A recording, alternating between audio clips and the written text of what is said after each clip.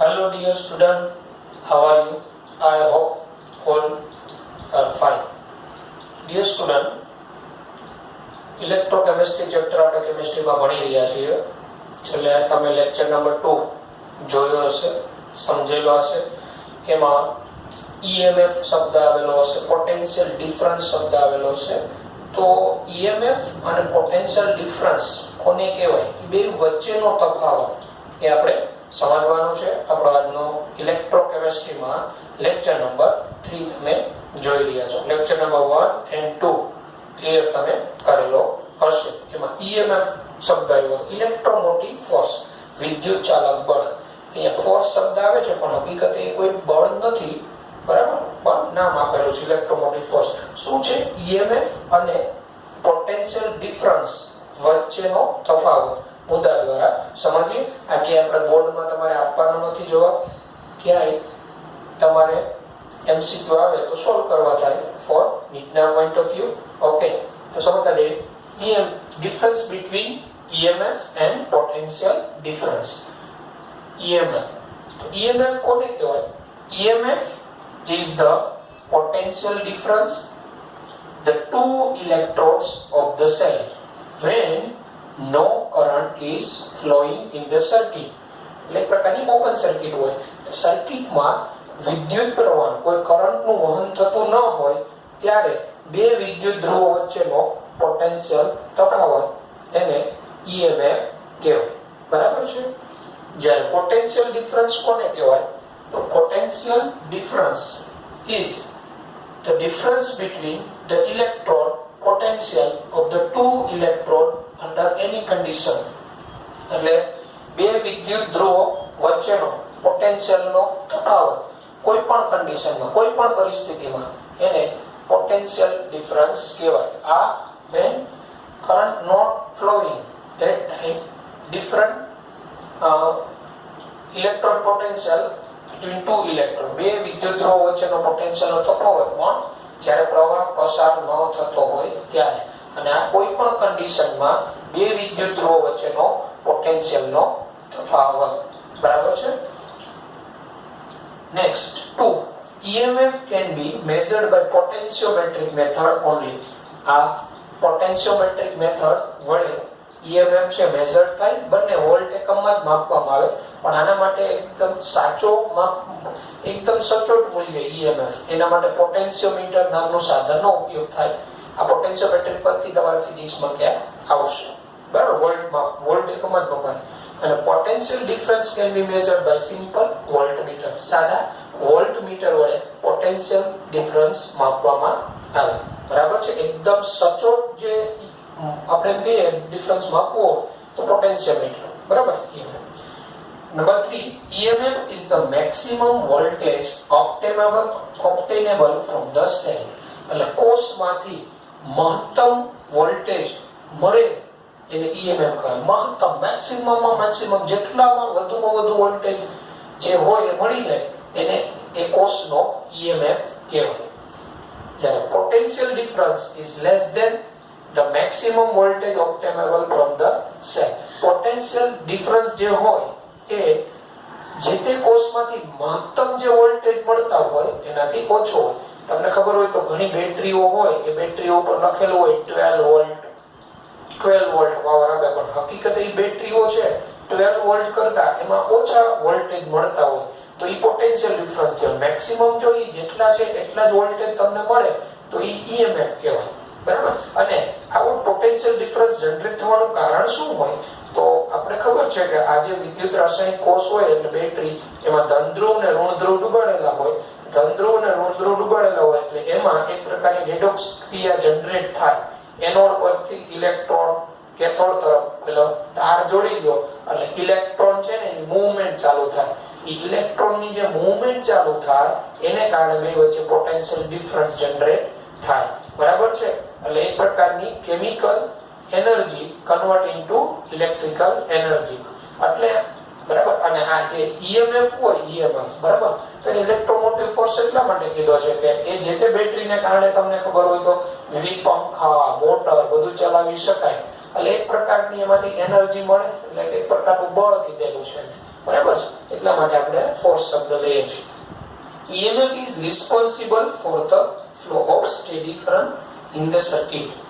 EMF છે એ જે તે સર્કિટમાં એક સ્ટેડી પ્રવાહ પસાર થવા માટે જવાબદાર છે. સ્ટેડી એકદમ જે પ્રવાહ હોય એ સતત એ જ પ્રવાહ જળવાઈ રહે એના માટે રિસ્પોન્સિબલ EMF.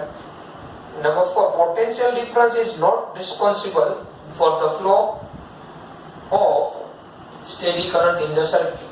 એટલે સર્કિટમાં સ્ટેડી કરંટ માટે પોટેન્શિયલ ડિફરન્સ જવાબદાર નથી. કોઈ પણ સર્કિટમાં એક સરખો સતત પ્રવાહ ચાલતો રહે એના માટે EMF જવાબદાર છે. ટૂંકમાં કહીએ ને તો મેક્સિમમ ઓબ્ટેનેબલ વોલ્ટેજ, જે તેમાંથી મહત્તમમાં મહત્તમ વોલ્ટેજ જેટલા હોય એટલા મળી રહે ને તો એ EMF ટૂંકમાં. બરાબર, EMF અને પોટેન્શિયલ ડિફરન્સ આ બે વચ્ચેનો આ તફાવત છે. આઈ હોપ તમને ખ્યાલ આવી ગયો હશે. તો ત્યારબાદ આપણે આગળ વધીએ. આ બોર્ડમાં પ્રિપેર કરવાની જરૂર નથી, ફક્ત નીટના પોઈન્ટ ઓફ વ્યૂ બંને વચ્ચેનો ડિફરન્સ તમને આપેલો છે. ઓકે ડિયર સ્ટુડન્ટ, ત્યારબાદ અર્ધકોષ અને સંપૂર્ણ કોષનું સાંકેતિક નિરૂપણ. કઈ રીતે કોષનું સાંકેતિક નિરૂપણ કરવું, આ જે કન્સેપ્ટ છે MCQ માટે ખૂબ અગત્યનો, થિયોરિટિકલી કે પૂછાવાનો નથી. અર્ધકોષ અને સંપૂર્ણ કોષનું સાંકેતિક નિરૂપણ. જો તમારો અર્ધકોષ એ જે છે એ એનોડ અર્ધકોષ હોય, એનોડ અર્ધકોષ, તો એનોડ અર્ધકોષ પર શું થાય? ઓક્સિડેશન, અર્ધ પ્રક્રિયા. તો સાંકેતિક નિરૂપણમાં જો તમારી સક્રિય ધાતુ હોય, સક્રિય ધાતુ અર્ધકોષમાં તમારો વિદ્યુત ધ્રુવ સક્રિય ધાતુ હોય તો સાંકેતિક નિરૂપણમાં અહીંયા જે તે ધાતુ એનું સ્વરૂપ સોલિડ, બરાબર છે, આ રીતે આડી લાઈન દોરવાની અને ત્યારબાદ એનું અહીંયા આયન સ્વરૂપ લખવાનું, આયન સ્વરૂપ.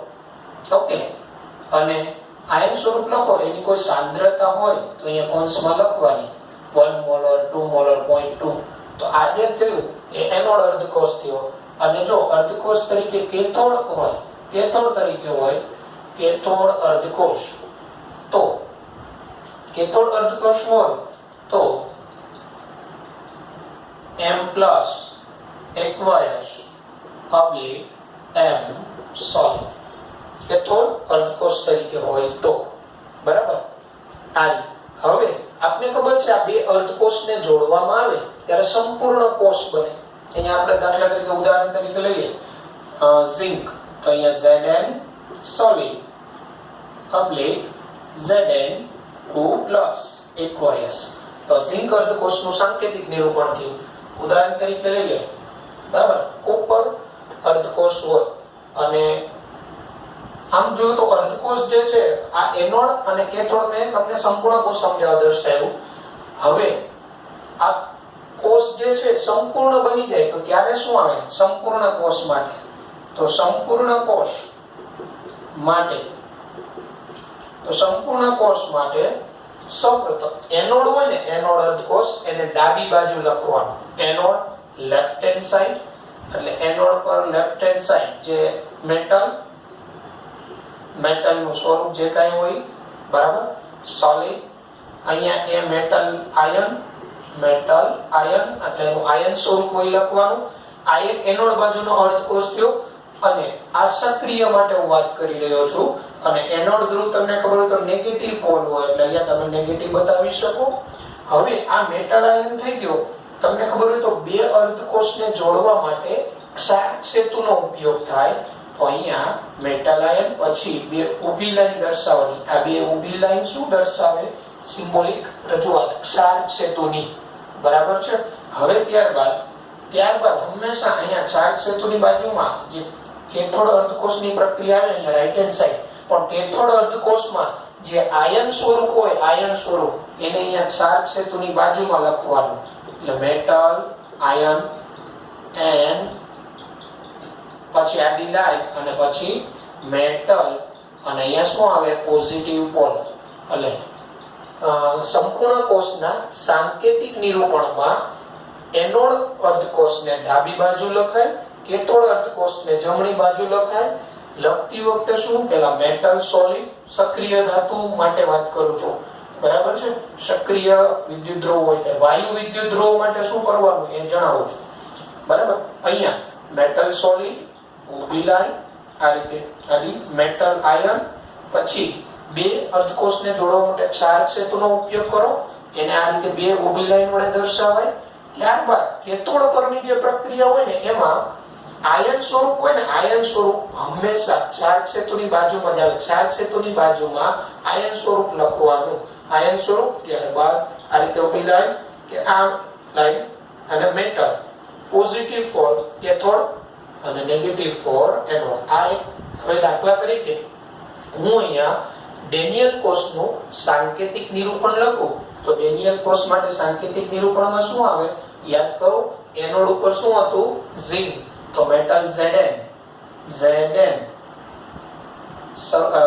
સોલિડ, બરાબર. અહીંયા એનું આયન સ્વરૂપ Zn2+ અને Zn2+. જો એની સાંદ્રતા આપી હોય ધારો કે 1 મોલર, તો એની સાંદ્રતા અહીંયા કૌંસમાં દર્શાવવાની 1 મોલર. હવે આ એનોડ અર્ધકોષ, ત્યારબાદ ક્ષાર સેતુ એટલે બે આ રીતે ઊભી લાઈન દર્શાવવાની.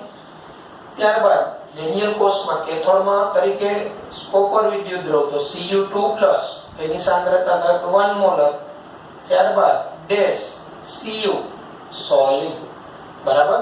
તો આ જે થયો એ ડેનિયલ કોષનું સાંકેતિક નિરૂપણ. આ નેગેટિવ ધ્રુવ તરીકે હોય, આ પોઝિટિવ ધ્રુવ તરીકે હોય. આ ડેનિયલ કોષનું સાંકેતિક નિરૂપણ થયું. હવે સાંકેતિક નિરૂપણ પરથી તમારે સમીકરણ બનાવવું હોય તોય બને. ક્ષાર સેતુની ડાબી બાજુનો ભાગ એનોડ અર્ધકોષ, ક્ષાર સેતુની જમણી બાજુનો ભાગ એ જે છે કેથોડ અર્ધકોષ. તો એનોડ ઉપર શું થતું હતું? Zn solid gives Zn2+ +2 electron અને કેથોડ પર Cu2+ accept 2 electron and Cu solid. આ એક સાંકેતિક નિરૂપણ આનું થયું. હવે પછી આપણે વાયુ વિદ્યુત ધ્રુવ હોય તો શું કરવાનું? વાયુ વિદ્યુત ધ્રુવ. તો વાયુ વિદ્યુત ધ્રુવ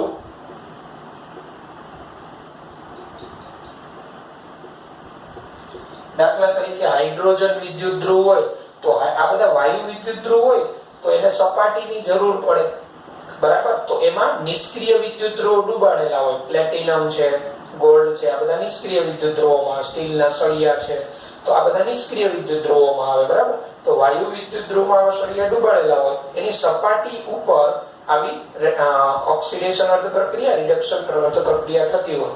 જેમ કે હાઇડ્રોજન વિદ્યુત ધ્રુવ હોય તો હાઇડ્રોજન વિદ્યુત ધ્રુવ માટે મારે સાંકેતિક નિરૂપણ આપવું હોય તો હાઇડ્રોજન વિદ્યુત ધ્રુવ તો એમાં છે આ રીતે પ્લેટિનમ સોલિડનો ઉપયોગ થાય. પ્લેટિનમ, બરાબર. આ પ્લેટિનમ ધાતુનો ઉપયોગ થાય અને હાઇડ્રોજન વિદ્યુત ધ્રુવની સપાટી ઉપર H2 ગેસ અને એનું જે કઈ દબાણ હોય અહીંયા સાઈડમાં લખાય 12 H2 ગેસ. એ કઈ જે કઈ દબાણ હોય 1 બાર, 0.5 બાર, 0.2 બાર એ રીતે. અને પછી અહીંયા ડેશ. જો એનોડ અર્ધકોષ તરીકે હોય તો અહીંયા શું આવવાનું? H+ અને કેથોડ અર્ધકોષ તરીકે હોય તો H+ પેલા પછી H2 ગેસ. આ રીતે પ્લેટિનમ H2 ગેસ 1 બાર H+. તો મારે આનું હવે આપણે સાંકેતિક નિરૂપણમાં દાખલા તરીકે મારે હાઇડ્રોજન અને કોપર બે વિદ્યુત ધ્રુવ લીધે, એક બાજુ કોપર વિદ્યુત ધ્રુવ છે, એક બાજુ હાઇડ્રોજન વિદ્યુત ધ્રુવ છે. મારે એનું સાંકેતિક નિરૂપણ આપવું હોય તો કોપર વિદ્યુત ધ્રુવ અને હાઇડ્રોજન વિદ્યુત ધ્રુવમાં તો હાઇડ્રોજન માટે છે ને રિડક્શન પોટેન્શિયલ, ઓક્સિડેશન પોટેન્શિયલ શૂન્ય સ્વીકારવામાં જ આવે છે સ્ટાન્ડર્ડ તરીકે. અને કોપરનો રિડક્શન 0.34 વોલ્ટ, તો ત્યારે કોપર કેથોડ તરીકે વર્તે, એનો રિડક્શન પોટેન્શિયલ વધારે. તો મારે એનું સાંકેતિક નિરૂપણ આપવું હોય તો હું આ રીતે આપી શકું. કોપર હશે કેથોડ તરીકે. તો સંપૂર્ણ કોષ માટે પ્લેટિનમ અહીંયા H2 ગેસ કેટલા બાર દબાણે છે? 1 બાર દબાણ આપેલું હોય, બરાબર છે. અહીંયા H+, પછી અહીંયા ક્ષાર સેતુ Cu2+, ધારો કે સાંદ્રતા 1 મોલર હતું, 1 મોલર. અહીંયા સાંદ્રતા એની જે કઈ હોય કૌંસમાં દર્શાવવાની, B line and Cu solid. આ જે છે એનોડ તરીકે એટલે નેગેટિવ પોલ હોય, આ છે કેથોડ તરીકે એટલે પોઝિટિવ પોલ. તો આ સાંકેતિક નિરૂપણ કયા કોષનું થયું? તો હાઇડ્રોજન અર્ધકોષ અને કોપર અર્ધકોષને જોડવામાં આવે તો ત્યારે જે કોષ તૈયાર થાય એનું આ સાંકેતિક નિરૂપણ થયું. યસ સ્ટુડન્ટ, મેં તમને કીધેલું ક્યારે કયો કેથોડ તરીકે વર્તે, કયો એનોડ તરીકે. તો કોપર અને હાઇડ્રોજન હોય તો કોપરનો રિડક્શન પોટેન્શિયલ 0.34 વોલ્ટ છે, હાઇડ્રોજનનો રિડક્શન પોટેન્શિયલ 0 વોલ્ટ છે. તો આ 0 વોલ્ટ 0.34, તો જેનો રિડક્શન પોટેન્શિયલ વધુ એ કેથોડ તરીકે વર્તે. એટલે હું આનું નિરૂપણ આ રીતે કરી શકું. આ કેથોડ ધ્રુવ, આ એનોડ ધ્રુવ. બરાબર છે? તો આ સાંકેતિક નિરૂપણ થયું. ઓકે ડિયર સ્ટુડન્ટ, હવે આપણે ઝિંક અને હાઇડ્રોજન વિદ્યુત ધ્રુવ હોય તો અહીંયા ઝિંકનો reduction potential Zn2 Zn -0.76 volt છે રિડક્શન પોટેન્શિયલ, અને હાઇડ્રોજનનો તો રિડક્શન પોટેન્શિયલ આપણે કહીએ કે ઓક્સિડેશન પોટેન્શિયલ કહીએ એ તો 0 વોલ્ટ સ્વીકારવામાં જ આવેલો છે જે સ્ટાન્ડર્ડ વિદ્યુત ધ્રુવ તરીકે. તો આ બે વિદ્યુત ધ્રુવોને જોડવામાં આવે તો તમને શીખવેલું હોય મુજબ આ બેમાંથી કોણ કેથોડ તરીકે વર્તે? તો અહીંયા તમે જોઈ શકો આ બેમાં રિડક્શન પોટેન્શિયલ નું મૂલ્ય હાઇડ્રોજન નું વધારે, તો એ પોતે એઝ એ કેવા તરીકે વર્તશે? As a cathode. તો આ એનોડ. તો આ બેનું મારે સાંકેતિક નિરૂપણ કરવું હોય તો સાંકેતિક નિરૂપણ હું કરી શકું. કેથોડ ઉપર આ H+ માંથી H2 બને અને એનોડ ઉપર આ Zn માંથી Zn2+ બને. તો આનું સાંકેતિક નિરૂપણ કરવું હોય સંપૂર્ણ કોષનું સાંકેતિક નિરૂપણ હું આ રીતે કરી શકું. સાંકેતિક નિરૂપણ તો આ એનોડ તરીકે વર્તે એટલે એનોડ ઉપર Zn માંથી Zn2+ એનોડ ઉપર Zn સોલિડ રીતે લાઈન Zn2+. બરાબર? અહીંયા તમે જલીય દ્રાવણ હોય તો અહીંયા એક્વિયસ એની સાંદ્રતા ધારો કે 1 મોલર આવી હોય તો 1 મોલર લખી શકો આ રીતે Zn2+.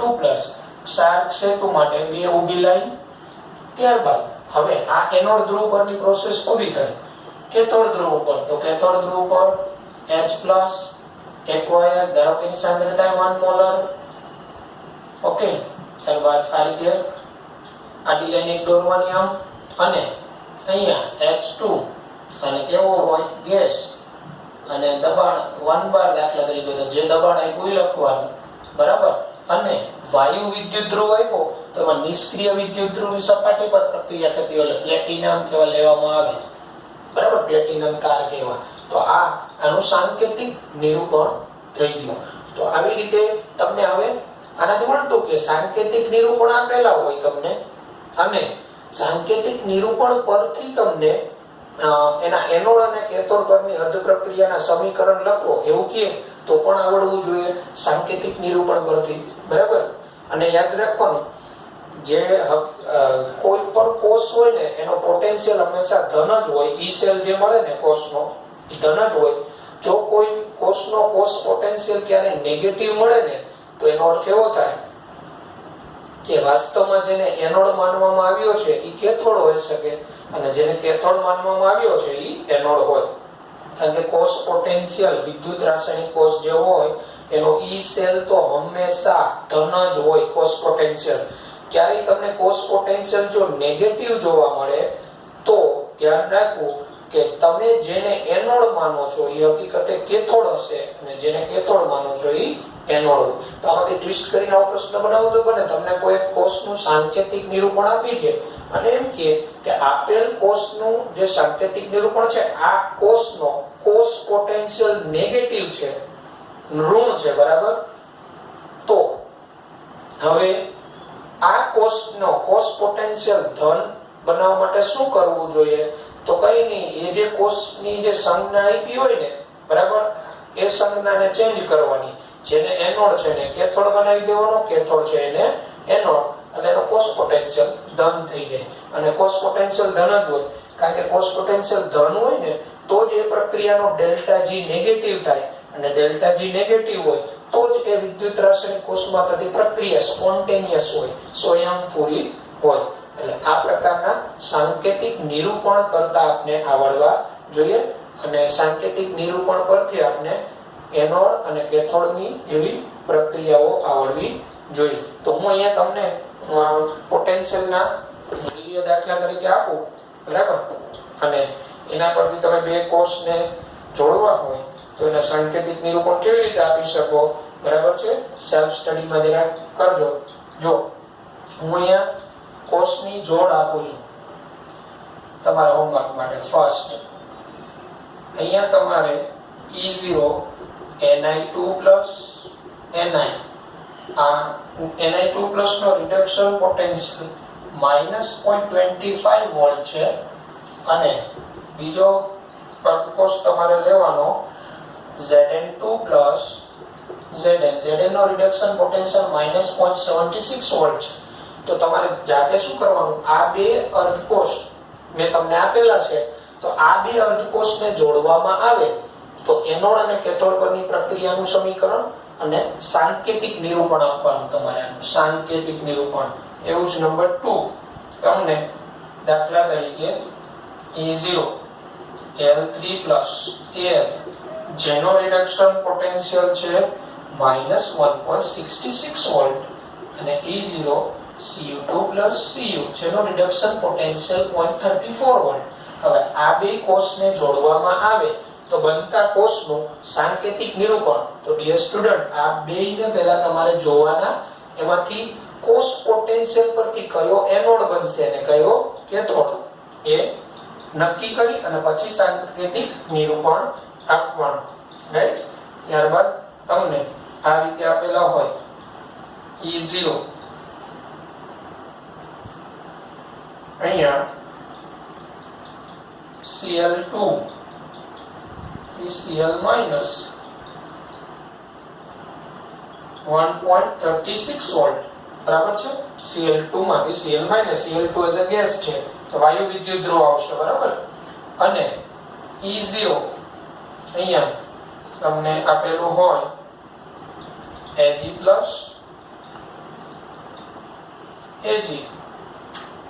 gives equal to 0.80 volt. તો તમે ક્લોરીન વાયુ વિદ્યુત ધ્રુવ અને સિલ્વર વિદ્યુત ધ્રુવને જોડો તો જે કોષ બને એમાં કોણ એનોડ અને કોણ કેથોડ તરીકે વર્તી એ ઓળખી અને આનું સાંકેતિક નિરૂપણ તમારે આપવાનું. વાયુ વિદ્યુત ધ્રુવ હોય ત્યારે શું ધ્યાન રાખવાનું એ મેં તમને કીધેલું છે. અહીંયા Cl2 માંથી Cl માઈનસ થયો એટલે આ 0 અને આ -1 એટલે અહીંયા આ સાંકેતિક નિરૂપણમાં તમે જોઈ શકો આના ઓક્સિડેશન આંકમાં શું થયો, ઘટાડો. એટલે રિડક્શન પોટેન્શિયલ છે Cl નું. આ Ag+ નો રિડક્શન પોટેન્શિયલ. તો રિડક્શન પોટેન્શિયલ ઉપરથી તમે કોણ એનોડ તરીકે વર્તશે, કોણ કેથોડ તરીકે એ દર્શાવવાનું. મગજમાં રાખવાનું, ક્ષાર સેતુની બાજુમાં હંમેશા આયન સ્વરૂપ જ લખાય, આયન સ્વરૂપ જ લખાય, બરાબર છે, એ ભૂલ ન થાય. તો આ જે ત્રણ આપ્યા 1 2 3 તમારે સેલ્ફ સ્ટડીમાં કરવાના છે, રાઈટ. કોષના સાંકેતિક નિરૂપણ. ઓકે ડિયર સ્ટુડન્ટ, હવે તમને જો આ રીતે વિદ્યુત ધ્રુવ પોટેન્શિયલ આપેલા હોય બે અર્ધકોષના અને તમને કોષ પોટેન્શિયલ મેળવવાનું કહે તો કોષ પોટેન્શિયલ અહીંયા તમને પ્રમાણિત વિદ્યુત ધ્રુવ પોટેન્શિયલ આપેલા છે. તો આનો પ્રમાણિત કોષ પોટેન્શિયલ શું થાય તો તમને શીખવેલું કોષ પોટેન્શિયલ નું સૂત્ર. પ્રમાણિત કોષ પોટેન્શિયલ ઇક્વલ ટુ અહીંયા પ્રમાણિત વિદ્યુત ધ્રુવ પોટેન્શિયલ આપેલા છે એટલે પ્રમાણિત કોષ પોટેન્શિયલ આપણે ભણી ગયા રિડક્શન પોટેન્શિયલ ઓફ કેથોડ એટલે કેથોડ ધ્રુવ એનો reduction potential minus reduction potential. તો રિડક્શન પોટેન્શિયલ કેથોડ, તો જો આ બેમાં કેથોડ તરીકે કોણ વર્તે આપણે ખબર છે ઝિંક અને કોપરમાં, કોપર કેથોડ તરીકે. તો એનો રિડક્શન પોટેન્શિયલ કેટલો છે 0.34 વોલ્ટ. એટલે E0 સેલ બરાબર અહીંયા 0.34 volt minus reduction potential of anode. Anode ધ્રુવ ઉપર કોણ હોય ઝિંક. ઝિંક નો રિડક્શન પોટેન્શિયલ કેટલો આપ્યો છે સંજ્ઞા જોવાની +2 માંથી Zn થયું એટલે એનો રિડક્શન પોટેન્શિયલ જ આપેલો છે કેટલો -0.76 વોલ્ટ માઈનસ એકમમાં 0.76 વોલ્ટ. તો આ માઈનસ માઈનસ કેવા થાય પ્લસ. તો પ્રમાણિત કોષ પોટેન્શિયલ 0.34 પ્લસ 0.76 1.1 વોલ્ટ. તો આપણે ખબર હોય તો ડેનિયલ કોષમાં કોષ પોટેન્શિયલ 1.1 વોલ્ટ આવેલો હતો એટલે કોષ પોટેન્શિયલ શું હોય તો કે બે વિદ્યુત ધ્રુવોના પોટેન્શિયલનો તફાવત એટલે reduction potential cathode minus reduction potential anode. તમને બીજું સૂત્ર આપ્યું હતું મેં, બરાબર છે, oxidation potential of anode minus oxidation potential of cathode. તો ઓક્સિડેશન પોટેન્શિયલ તો જો એને એ સૂત્રને આધારે કરો તમે, E0 સેલ બરાબર oxidation potential of anode minus oxidation potential of cathode. તો ચાલો આ ઝિંક નો આ તો રિડક્શન પોટેન્શિયલ છે, તો એનોડ તરીકે ઝિંક છે, તો એનો ઓક્સિડેશન પોટેન્શિયલ કેવો થઈ જાય? પ્લસ થઈ જાય 0.76 વોલ્ટ. અને reduction potential oxidation potential cathode તો Cu2+ માંથી Cu એટલે 0.34 volt reduction potential. Oxidation potential એટલે Cu/Cu2+ તો -0.34 થઈ જાય, એ -0.34. તો આ માઈનસ માઈનસ કેવો થઈ જાય? +1.1 વોલ્ટ. તો આ સૂત્રથી લિંક કરી શકો તમે. એનોડના ઓક્સિડેશન પોટેન્શિયલ માંથી કેથોડના ઓક્સિડેશન પોટેન્શિયલ બાદ કરો, અથવા reduction potential cathode minus reduction potential anode.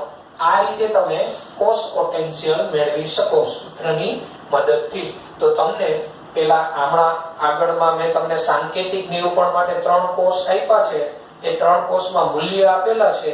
તો એ મૂલ્યને આધારે એમાં તમારે એનો પ્રમાણિત કોષ પોટેન્શિયલ મેળવવાનો. 3 દાખલા એ આ સૂત્રની મદદથી સોલ્વ કરવાના. ઓકે ડિયર સ્ટુડન્ટ, તો આજના આ લેક્ચર નંબર 3 ની અંદર અહીંયા સુધી રાખીશું, બરાબર છે?